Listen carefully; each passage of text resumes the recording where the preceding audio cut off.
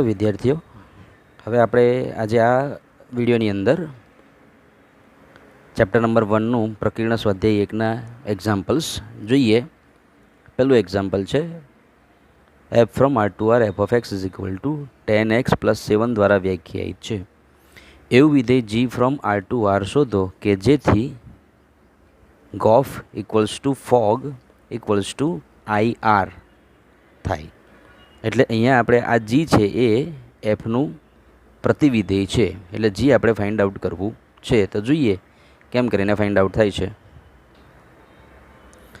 તો આપણે F from R to R F of X equals to 10x + 7 છે. હવે આપણે આના માટે એક જનરલ એક્ઝામ્પલ ગણ્યો હતો ax + b ટાઈપનો. હવે તમારે અહીંયા યાદ રાખવાનું છે કે આ પ્રકારનું વિધેય હોય ax + b ટાઈપનું સુરેખ વિધેય થાય. આર ટુ આર લઈએ તો એ એક એકને વ્યાપ્ત થાય, એટલે એનું પ્રતિવિધેય મળે. તો એ રીતે પણ આપણે વ્યાપ્ત વિધેયની વ્યાખ્યાને આધારે પ્રતિવિધેય ફાઇન્ડ આઉટ કરવું તો કરી શકાય છે. બીજી પણ રીત છે, હવે વિધેય G from R to R એવું શોધવું છે કે જેથી G O F equals to F O G equals to I R થાય. ટૂંકમાં આર પરનું તદે વિધેય થાય. બરાબર. તો આપણે એક કામ કરીએ કે અહીંયા fog equals to I R લઈએ. હવે fog equals to I R લઈએ તો એમાં એક આપણે એલિમેન્ટ એક્સ છે, એના માટે જોઈએ એની ઇમેજ શું થાય છે. તો fog at X equals to I R at X થાય. તો અહીંયા આપણે એફ ઓફ જી એક્સ થશે અને આ તદે વિધેય છે એટલે એક્સ પાછો આપણને આપી દેશે. તો હવે F of G X equals to X થશે. બરાબર છે. Fog at X equals to I R at X. તો તેના પરથી આપણને ડાબી બાજુ જે છે એફ ઓફ જી એક્સ લખીએ છીએ અને આ આઈ આર એટ એક્સ છે એટલે એક્સ થશે. બરાબર. હવે આ જે એફ છે એ એફ માટે આપણને અહીંયા આપી છે વ્યાખ્યા લઈ શકીએ. F of X equals two શું, તો એક્સને 10 વડે ગુણીને પછી 7 ઉમેરો તો અહીંયા છે એફ ઓફ જી એક્સ. તો એફ ઓફ જી એક્સ એટલે શું, તો જી એક્સને 10 વડે ગુણીને 7 ઉમેરો. So 10gx + 7 is equal to X. બસ આપણે જી એક્સ ફાઇન્ડ આઉટ કરવું છે તો G X is equal to 7 - X upon 10 થઈ જાય. તો આ જે છે એ એવું વિધેય G from R to R થશે કે જેના માટે G O F equals to F O G equals to I R થશે. તો આ મળી જાય છે અહીંયા.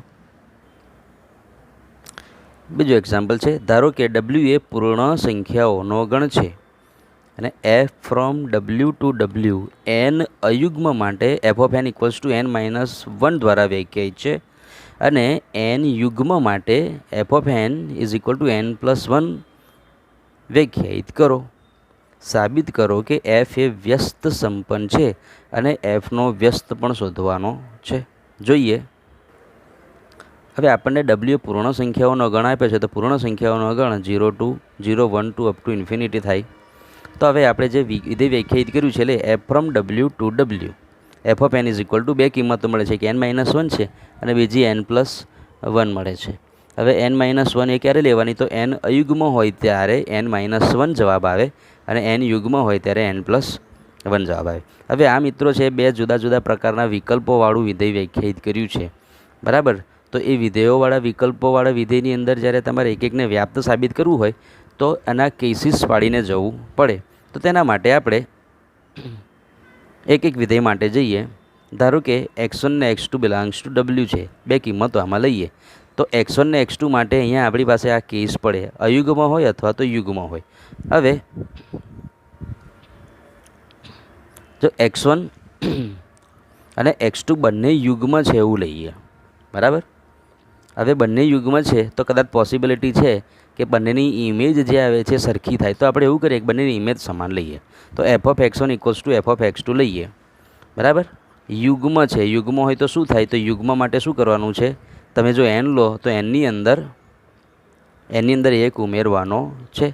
તો અહીંયા આપણે x1 ને x2 બંને યુગ્મ લીધા છે તો x1 ને x2 બંનેમાં એક ઉમેરી દો. સો x1 + 1 થાય અને આના માટે x2 + 1 થાય.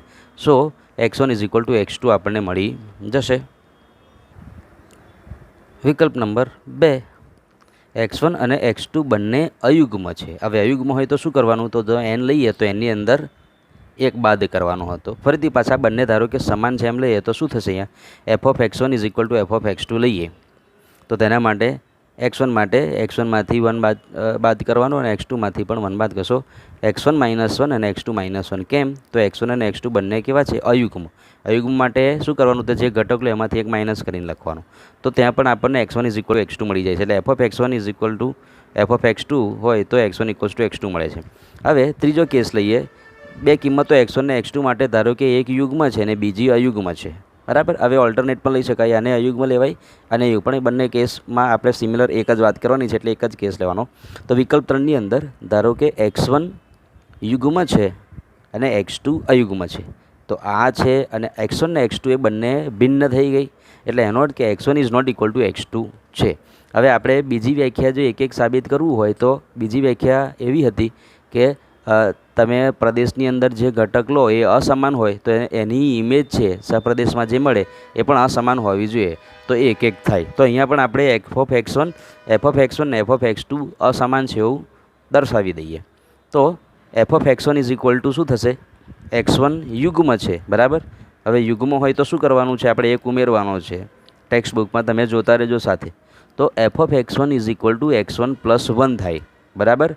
હવે x1 યુગ્મ એમાં એક ઉમેરો તો એ અયુગ્મ થઈ જશે. ઓકે. અને બીજું છે x2. તો x2 માટે તેની ઇમેજ છે f(x2). તો એ અયુગ્મ છે, એટલે અયુગ્મ હોય ત્યારે એક બાદ કરવાનો. સો x2 - 1 થાય, બરાબર. હવે x2 અયુગ્મ છે અને તેમાં એક બાદ કરી દો તો એ યુગ્મ થઈ જાય. તો ફરીથી પાછા f(x1) અયુગ્મ મળશે અને f(x2) યુગ્મ મળે છે. એટલે એનો અર્થ કે f(x1) ≠ f(x2) છે.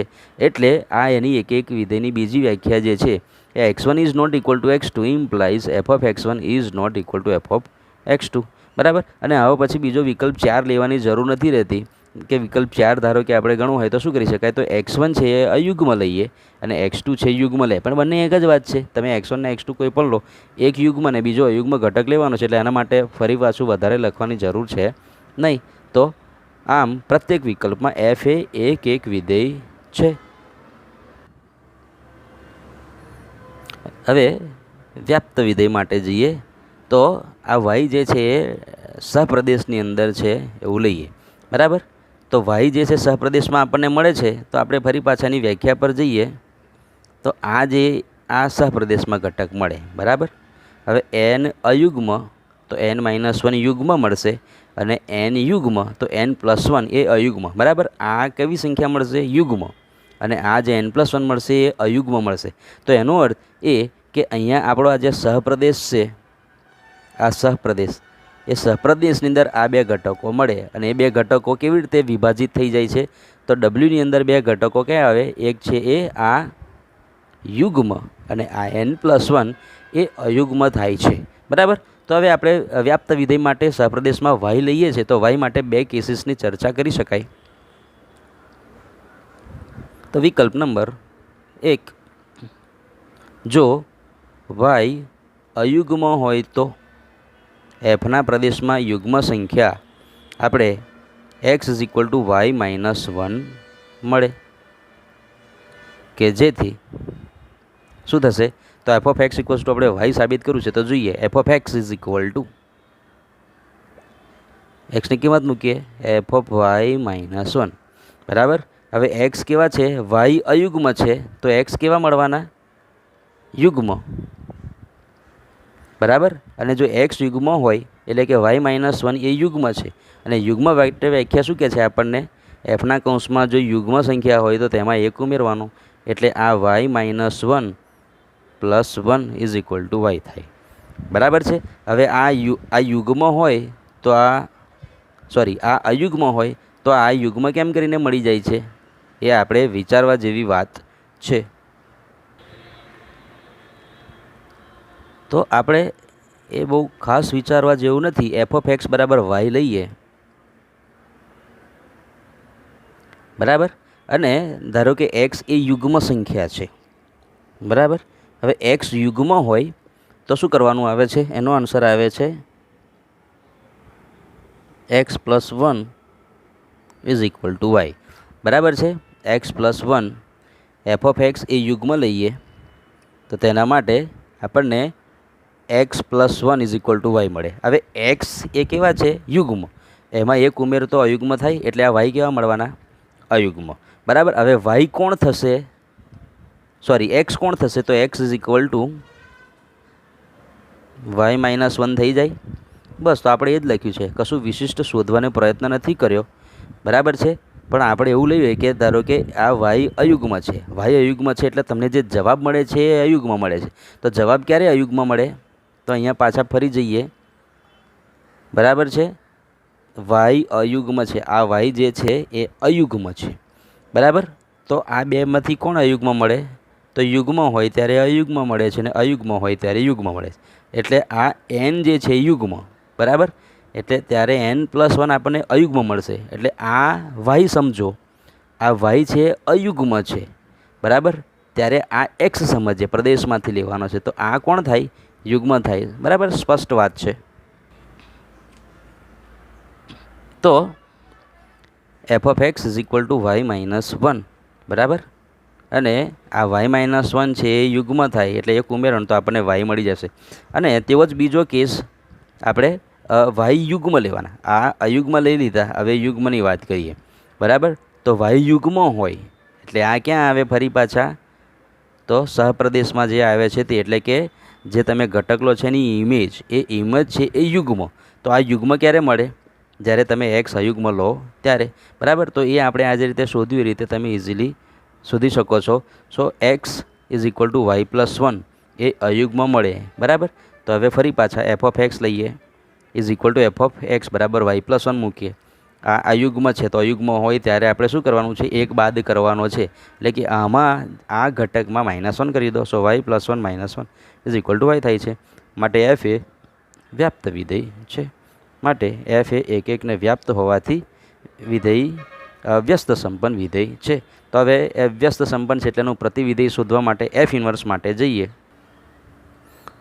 એફ ઇન્વર્સ મેળવવા માટે આપણે હવે વ્યાપ્ત વિધેયના બે વિકલ્પો લીધા હતા, વાય યુગ્મ અને વાય અયુગ્મ.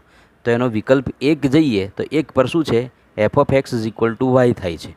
બરાબર. અને એક્સ શું લેવાના છે? વાય માઇનસ 1 લેવાના છે. બરાબર. તો F of X is equal to Y છે. તો એના માટે આપણે આ એફ છે એ આ બાજુ લાવીએ. સમજવાનું, લવાય નહીં એવું, પણ આપણે સમજીએ. તો એફ ઇન્વર્સ વાય. બરાબર. F of X is equal to Y હોય તો આપણે એવું લખીએ કે F inverse Y is equal to X. આ નવું વિધેય, નવા વિધેયનો પ્રદેશ વાય આવે. બરાબર. અને જૂનું જે વિધેય છે અથવા તો એની આગળનું જે વિધેય છે એ પ્રદેશનો ઘટક છે એ ક્યાં જતો રહે? એના સહપ્રદેશમાં જતો રહે. એટલે કે મૂલ્ય, એની ઇમેજ કેટલી થઈ જાય? X. So F inverse Y is equal to X થાય. So F inverse Y is equal to X બરાબર કેટલા છે? વાય માઇનસ 1 મૂકી દો તો આ પ્રતિવિધેય થઈ ગયું. બરાબર. F inverse Y is equal to Y minus 1. વાય કોણ લીધા હતા? અયુગ્મ લીધા હતા. બરાબર. હવે બીજા વિકલ્પ માટે F of X is equal to Y લઈએ તો F inverse Y is equal to X લખાય. બરાબર. પણ એક્સ કોણ છે અહીંયા? Y plus 1. So F inverse Y is equal to એક્સની જગ્યાએ વાય પ્લસ 1 મૂકો તો આ પ્રતિવિધિની વ્યાખ્યા થઈ ગઈ, જ્યાં વાય છે તે યુગ્મ છે. એટલે આપણે જો એને વ્યવસ્થિત રીતે લખવું હોય તો F inverse Y is equal to, બે કેસ પડી જાય છે. એક આવે છે વાય પ્લસ 1 અને બીજું આવે છે Y minus 1. So Y plus 1 and Y minus 1. પણ આ વાય પ્લસ 1 ક્યારે લેવાના? તો વાય યુગ્મ હોય ત્યારે, અને આ વાય અયુગ્મ હોય ત્યારે વાય માઇનસ 1 લેવાના. મળી ગયું. હવે આપણને ચલ એનની અંદર આપ્યું છે તો જ્યાં જ્યાં વાય આવે છે ત્યાં એન કરી દઈએ. જોઈએ તો વાયને બદલે ચલ એન લેતા, તો જ્યાં જ્યાં તમને વાય આવે ત્યાં ત્યાં એન કરી દો. So F inverse N equals to N plus 1 N યુગ્મ અને એન માઇનસ 1 એન અયુગ્મ. That is F of N. એટલે કે એફ ઇન્વર્સ અને એફ બંને સેમ છે. હવે ત્રીજું example, F from R to R F of X equals to X square minus 3x plus 2 દ્વારા વ્યાખ્યાયિત હોય તો એફ ઓફ એફ એક્સ શોધવાના છે. આ સિમ્પલ છે. આપણે આ એફના કૌંસમાં એફ એક્સ લઈએ. બરાબર. તો આ એફ છે ને તેના કૌંસમાં એક્સ છે. તો એક્સની જગ્યાએ આપણે મસ્ત જસ્ટ રિપ્લેસ કરી દો એફ એક્સ.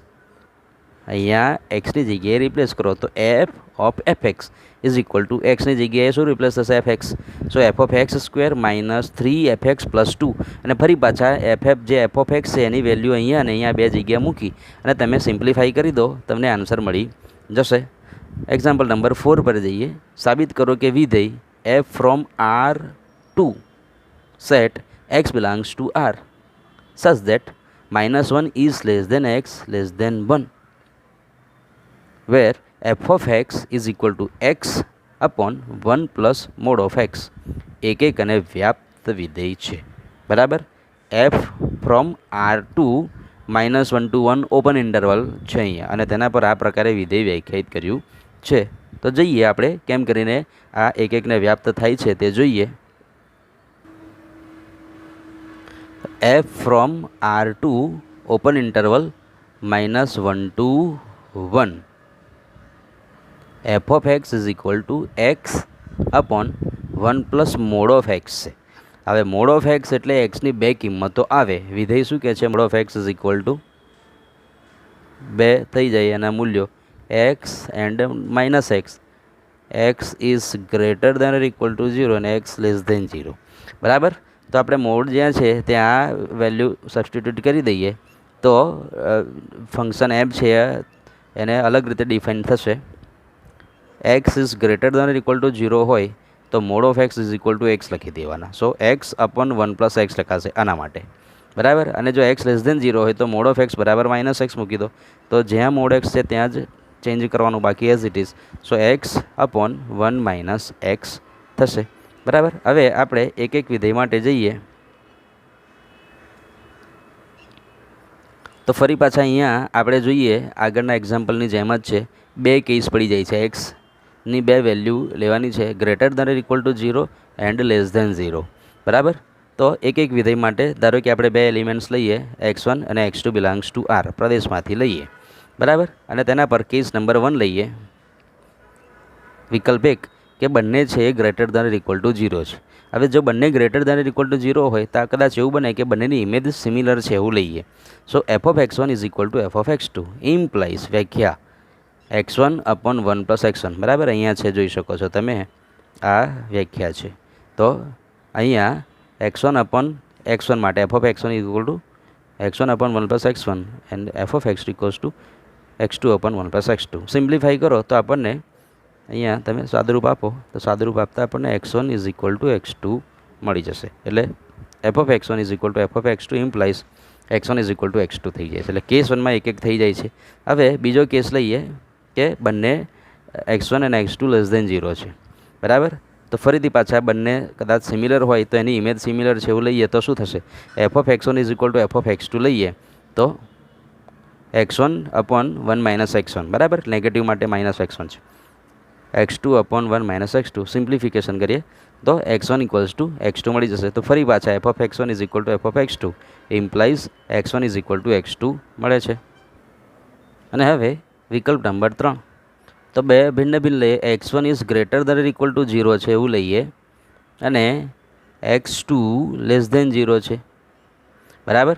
તો આ બંને ભિન્ન છે. So x1 is not equal to x2. બરાબર. આ ધન છે ને આ ઋણ છે. So x1 is not equal to x2. તો એની ઇમેજ માટે જઈએ તો ઇમેજ માટે શું થશે? એફ ઓફ x1 લઈએ તો F of x1 is greater than or equal to 0 છે તો એફ ઓફ x1 થાય x1 અપોન 1 પ્લસ x1. બરાબર. x1 ધન છે તો આ greater than or equal to 0. બરાબર. અને આ પણ છે પોઝિટિવ જ થશે. So it is F of x1 is greater than or equal to 0 થાય. બરાબર. x2 લેસ દેન 0 છે તો લેસ દેન 0 માટે બીજી વ્યાખ્યા લેવી પડે, x2 અપોન 1 માઇનસ x2. બરાબર. તો ત્યાં શું થશે? આ અંશ જે છે એ ઋણ છે. બરાબર. છેદ તો ધન જ થવાનો છે. સો આખું હોલ જે છે એ લેસ દેન 0 થશે. એટલે F of x1 is greater than or equal to 0 and F of x2 is less than 0 છે. એટલે F of x1 is not equal to F of x2 છે. બરાબર. તો અહીંયા છે એ બીજી વ્યાખ્યા આપણે લીધી છે. આગળના એક્ઝામ્પલમાં જે કેસ લીધો હતો ત્રીજો એ જ x1 is not equal to x2 implies F of x1 is not equal to F of x2. બરાબર. તો અહીંયા પણ આ રીતે આપણે સાબિત કરીએ તો એફ એ એક વિધેય છે. એટલે પ્રત્યેક વિકલ્પમાં એફ એ એક વિધેય થઈ જાય છે. હવે વ્યાપ્ત વિધેય માટે જઈએ તો એફનો સપ્રદેશ એ ક્લોઝ ઇન્ટરવલ -1 to 1 છે. બરાબર. અને તેની અંદરનો એક એલિમેન્ટ વાય લઈએ અને તેના માટે પ્રદેશ આરની અંદર ધારો કે પૂર્વ પ્રતિબિંબ એક્સ મળે છે એટલે કે F of X equals to Y થાય છે એવું લઈએ, બરાબર. તો F of X equals to Y where X belongs to R and Y belongs to open interval -1 to 1, બરાબર. હવે F of X equals to Y થાય, પણ એફ ઓફ એક્સની વ્યાખ્યા શું છે? એક્સ અપોન 1 પ્લસ એક્સ અને X upon 1 minus X where X is greater than equal to 0 and X is less than 0, બરાબર. હવે ઉપરના કેસમાં આપણે જોયું કે આ જે છે, જો x is greater than equal to 0 તો આ એફ ઓફ એક્સ છે ગ્રેટર દેન ઇક્વલ ટુ 0 થાય, અને એક્સ લેસ દેન 0 હોય તો આ જે પદ છે લેસ દેન 0 થાય. તો એનો અર્થ એ કે વાયના પણ બે ભાગ પડી જાય. વાય ક્યાંથી લેવાનો છે? -1 to 1, બરાબર. -1 to 1 એટલે -1 0 અને 1 થાય, બરાબર છે. તો વાય પણ અહીંયા આ લઈએ તો એક સાઈડ આવે ગ્રેટર દેન ઇક્વલ ટુ 0 અને અહીંયા લઈએ તો લેસ દેન 0 આવે, બરાબર. અહીંયાથી બે ભાગ પડી જાય. આ છે ગ્રેટર દેન ઇક્વલ ટુ 0 અને આ લેસ દેન ઇક્વલ ટુ 0, બરાબર. તો તેના માટે જઈએ તો આપણે આ Y is equal to X upon 1 plus X greater than equal to 0 માટે લઈએ, બરાબર. So Y is equal to X upon 1 plus x.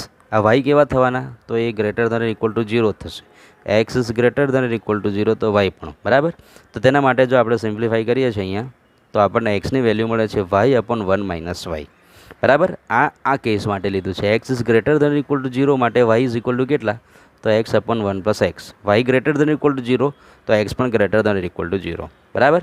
હવે જો આ લેસ દેન 0 તો આ પણ લેસ દેન 0 થાય. તો વાય જો આપણે આ લઈએ તો વાય પણ લેસ દેન 0, એટલે જો વાય લેસ દેન 0 હોય તો એક્સ લેસ દેન 0 મળે, કે જેથી એક્સ અપોન 1 માઇનસ એક્સ બરાબર વાય થાય, બરાબર. તો આપણે અહીંયા એ પણ લઈએ અને સાદુરૂપ આપીએ અને આપણે એક્સની વેલ્યુ ફાઇન્ડ આઉટ કરીએ તો X is equal to Y upon 1 plus Y મળે છે, બરાબર. આ બંને ગ્રેટર દેન ઇક્વલ ટુ 0 માટે ને આ બંને લેસ દેન ઇક્વલ ટુ 0 માટે. તો ફરી પાછા વ્યાપ્ત વિધેય માટે આ પ્રદેશ, આ અંતરાલ અને બીજો આ ભાગ લઈએ અને એ ભાગ માટે વ્યાખ્યા સાબિત કરીએ આપણે.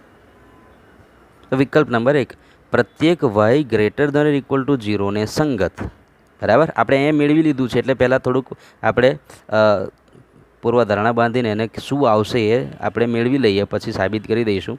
તો X is equal to Y upon 1 minus Y. આ એક્સ પણ ગ્રેટર દેન ઇક્વલ ટુ 0 મળે છે, કે જેથી F of X is equal to એક્સની જગ્યાએ વેલ્યુ સબસ્ટિટ્યૂટ કરીએ. So Y upon 1 minus Y, બરાબર. હવે Y greater than equal to 0, X greater than equal to 0, X greater than equal to 0 હોય તો F of X is equal two equals to શું છે? X upon 1 plus x, બરાબર. તો અહીંયા આપણે આ વાય અપોન 1 માઇનસ વાય એ એક્સની જગ્યાએ રિપ્લેસ થશે. સો એક્સની જગ્યાએ મૂક્યા છે વાય અપોન 1 માઇનસ વાય અને divided by 1 plus X. So 1 plus Y upon 1 minus Y, બરાબર. સિમ્પ્લિફાઈ કરો તો આપણને ઇઝ ઇક્વલ ટુ વાય મળી જાય છે. તો આ કેસની અંદર છે એ વાય છે વ્યાપ્ત વિધેય છે.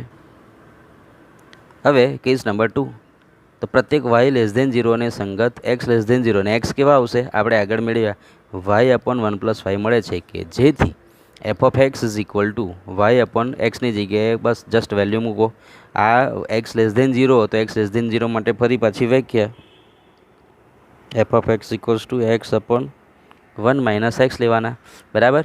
તો આ એક્સ બરાબર કેટલા લેવાના છે? Y upon 1 plus Y. તો અહીંયા એક્સની જગ્યાએ રિપ્લેસ કરીને મૂકો, સિમ્પ્લિફાઈ કરો, ઇઝ ઇક્વલ ટુ વાય આવશે, બરાબર. એટલે એનો અર્થ છે કે એફ એ વ્યાપ્ત વિધેય છે.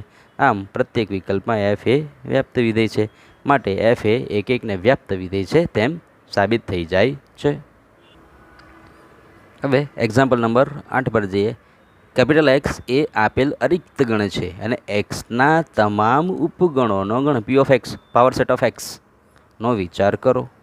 પી ઓફ એક્સમાં સંબંધ આર આ પ્રમાણે વ્યાખ્યાયિત છે. પી ઓફ એક્સના ઉપગણો એ અને બી માટે એ સબસેટ બી તો અને તો જ એ આર બી. હવે આર છે રિલેશન છે, આર એ સંબંધ છે, બરાબર. હવે સંબંધ આરમાં કેમ કરીને વ્યાખ્યાયિત કર્યો છે? તો એ અને બી બે ઘટકોવાળી ક્રમયુક્ત જોડ. સંબંધમાં આપણે શું લઈએ છીએ? ક્રમયુક્ત જોડ, બરાબર. એ અને બી બે ક્રમયુક્ત જોડ, એ અને બી ઘટકવાળી અથવા તો બે ગણવાળી ક્રમયુક્ત જોડ બનાવીએ તો તેના માટે શું થવું જોઈએ? પહેલો ઘટક એ બીજાનો અવગણ એ સબસેટ બી થતું હોવું જોઈએ, બરાબર. તો આર પી ઓફ એક્સ પર સામ્ય સંબંધ છે, ચેક કરીએ. તો આપણે થોડું વ્યવસ્થિત રીતે એને સંબંધને ગણ સ્વરૂપે લખ્યું છે. સંબંધ આર ઇઝ ઇક્વલ ટુ એ અને બી કોણ છે? તો પી ઓફ એક્સના ઘટકો એટલે કે કેપિટલ એક્સના ઉપગણો. બરાબર. હવે કોઈ પણ બે ઉપગણ છે, એક્સ એમ બહુ મોટો સાર્વત્રિક ગણ છે એમ લઈએ, કોઈ ગણ છે અને એના ઉપગણો વિશેની ચર્ચા કરવાની છે. બરાબર. તો R is equal to order pair A comma B. A અને બી કોણ છે? ગણ છે, કેપિટલ એક્સના ઉપગણો. અને એ જે છે એ સંબંધ આરમાં એની ક્રમયુક્ત જોડ ક્યારે આવે? A subset B where A comma B belongs to P of X. બરાબર. એક્સના ઉપગણોનો ગણ એટલે A comma B belongs to P of X લખાય. તો આમ એ સબસેટ બી ક્યારે થાય? તો અને તો જ એ આર બી. આપણને બુકમાં એ આર બી આપ્યું છે. બરાબર. એટલે એ અને બી છે એ સંબંધ આરથી જોડાયેલા છે. એટલે એનો અર્થ એ કે order pair A comma B એ આરમાં આવે છે. ક્યારે આવે છે? તો જ્યારે પહેલો ઘટક કે બીજા ઘટકનો ઉપગણ હોય ત્યારે. સમજ પડી ગઈ? બરાબર. તો હવે એ સામ્ય સંબંધ માટે આપણે સ્વવાચક સંબંધ પર જઈએ. બરાબર. તો આપણે સ્વવાચક સંબંધ માટે આગળની જે આપણી થિયરી હતી એમાં આપણે શું લેતા હતા કે કોઈ સંબંધ આર માટે શું મળવું જોઈએ? A comma A belongs to R થવા જોઈએ. બરાબર છે. આવું. તો અહીંયા આપણે શું લેવાનું ઘટક તરીકે? તો અહીંયા તો ગણ લેવાના છે. તો આપણે કોઈ પણ ગણ એ લેવો પડે. ક્યાંથી?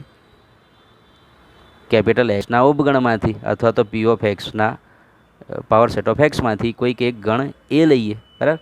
તો કોઈ પણ ગણ એ માટે હવે આપણે જાણીએ છીએ કે એ ઉપગણ એ થાય છે.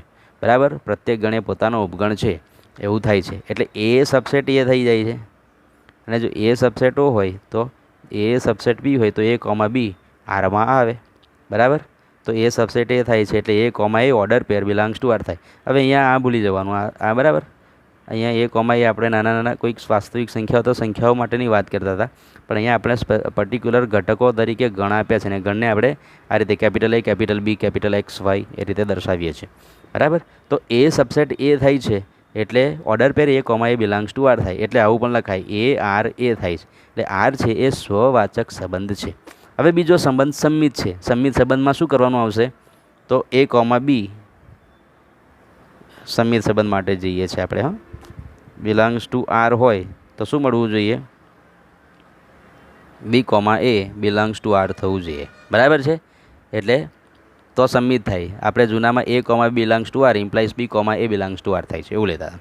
તો અહીંયા ઘટકો તરીકે ગણ છે એટલે એ કોમા બી ઓર્ડર પેર આરમાં આવતી હોય તો બી કોમા એ ઓર્ડર પેર આરમાં આવી જોઈએ તો સંમિત થાય. બરાબર. એટલે કે એ ઉપગણ બી હોય તો બી ઉપગણ એ થાય. એ સબસેટ બી ઇમ્પ્લાઇઝ બી સબસેટ એ થાય. આવું ના થાય, શક્ય નથી.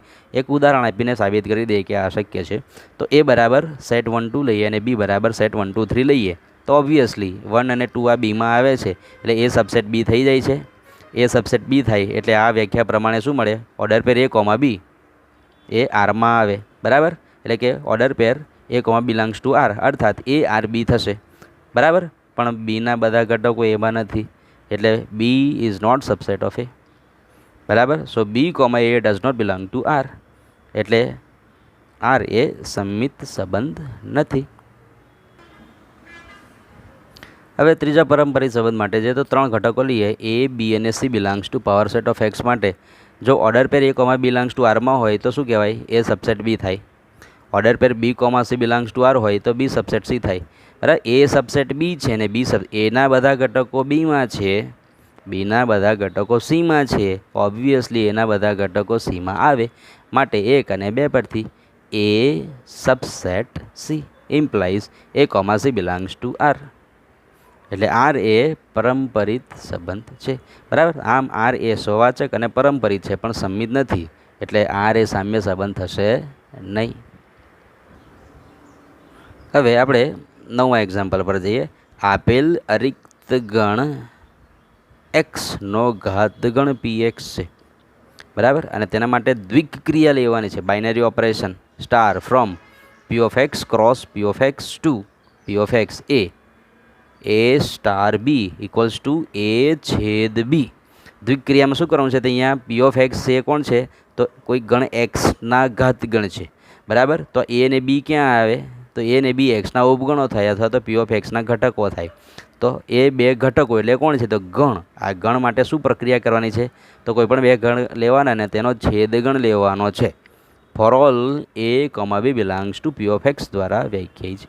સાબિત કરો કે એક્સ એ આ ક્રિયા માટે તટસ્થ ઘટક છે. બરાબર?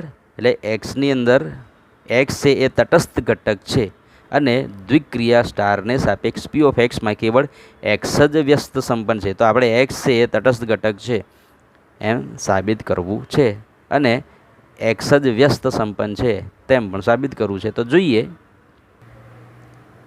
તો જુઓ, P of X is equal to એક્સનો ઘાતગણ લીધો છે અને star from P of X cross P of X to P of X A star B is equal to A છેદ બી દ્વારા વ્યાખ્યા છે. એ અને બી કોણ છે?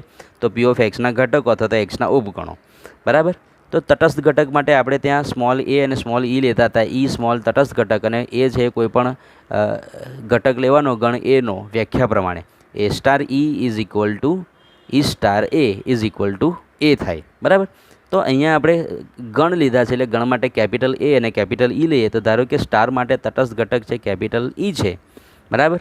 તો પ્રત્યેક A belongs to P of X power set of X માટે A star E is equal to A is equal to E star A થાય છે. બરાબર છે? આ એ છે એ કોઈ પણ છે. બરાબર? એક્સનો કોઈ પણ ઉપગણ, એક્સનો કોઈ પણ ઉપગણ એ, અને તેના માટે આપણને ઈ મળે છે કે જેથી શું થાય? એ ઈ આપણને પાછો એ આપી દે છે. તો સ્ટાર પ્રક્રિયા શું કરવાનું છે? છેદ ક્રિયા છે. તો એ અને ઈનો છેદગણ, તો એ છેદ E is equal to A is equal to E છેદ એ થાય. બરાબર? છેદ ક્રિયા છે. હવે છેદ ક્રિયા કરો તો શું થાય? ગણ જે તમને મળે એ નાનો થતો જાય. હવે એ છેદ ઈ બરાબર એ ક્યારે પાછો મળે? બરાબર? એનો બીજા કોઈ ગણ ઈ સાથેનો છેદગણ ક્યારે એ પાછો મળે? આ એ કોઈ પણ ગણ છે ત્યારે ગણવાનું છે. બરાબર? એમ તો આવું બને કે એનો છેદગણ એ સાથે લઈ લો, એ છેદ એ ઇઝ ઇક્વલ ટુ એ થશે. બરાબર? પણ આ તો કોઈ પર્ટિક્યુલર કેસ થયો, દરેક જગ્યાએ એપ્લાય ના થાય. તો આપણે એવો કોઈ ઈ પરફેક્ટ ઈ વ્યાપક શોધવો પડે કે જેથી શું થાય? એ મળે. બરાબર? તો એનો અર્થ એ કે આ જે ગણ કોઈ પણ એ લો, પણ આ ગણ એવો હોવો જોઈએ કે એ ફિક્સ રહેવો જોઈએ અને એનો છેદગણ એ સાથે કરો તો એ જ મળે. તો આવું ક્યાં શક્ય છે? તો આ નાનો ગણ હોય ને આ સૌથી મોટો ગણ લેવો પડે. તો સૌથી મોટો ગણ એટલે કોણ? તો આપણે જેના ઉપગણો વિશેની વાત કરીએ છીએ તે ગણ એક્સ. તો જો આપણે ઈ બરાબર એક્સ લઈ લઈએ તો આ પરિણામ છે વ્યાપક સ્વરૂપે સત્ય થશે.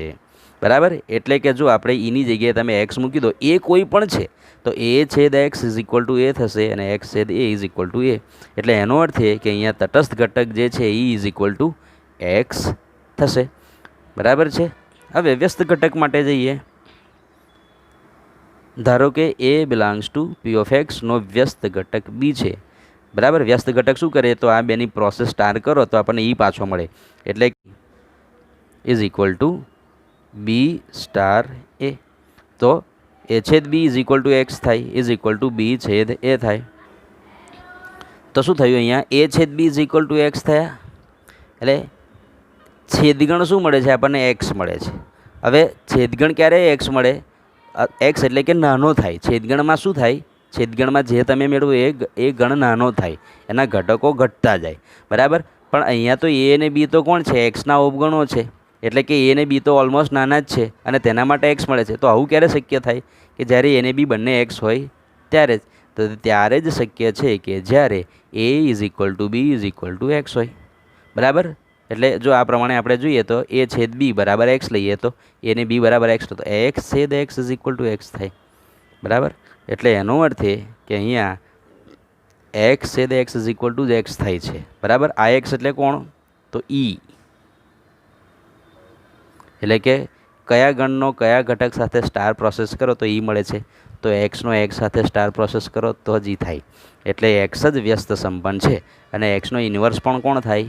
એક્સ જ થાય. તો છેદ ક્રિયા માટે યાદ રાખવા જેવી વાત, એક એક માર્કના વિકલ્પોમાં પણ તમે જઈ શકો છો કે છેદ ક્રિયા હોય, બરાબર, તો છેદ ક્રિયા માટે તટસ્થ ઘટક કોણ થાય? તો તમે જે ગણ પર સ્ટાર વ્યાખ્યાયિત કર્યું હોય એ ગણ એ તટસ્થ ઘટક થાય અને એ જ વ્યસ્ત સંપન્ન થાય અને તેનો વ્યસ્ત પોતે એટલે તટસ્થ ઘટક પણ એક્સ, મોટામાં મોટો ગણ જે લઈએ છીએ તે તટસ્થ ઘટક પણ એક્સ થાય, બરાબર. અને એના માટે જ એનું ઇન્વર્સ મળે અને એ ઇન્વર્સ પણ કોણ તે પોતે જ થશે.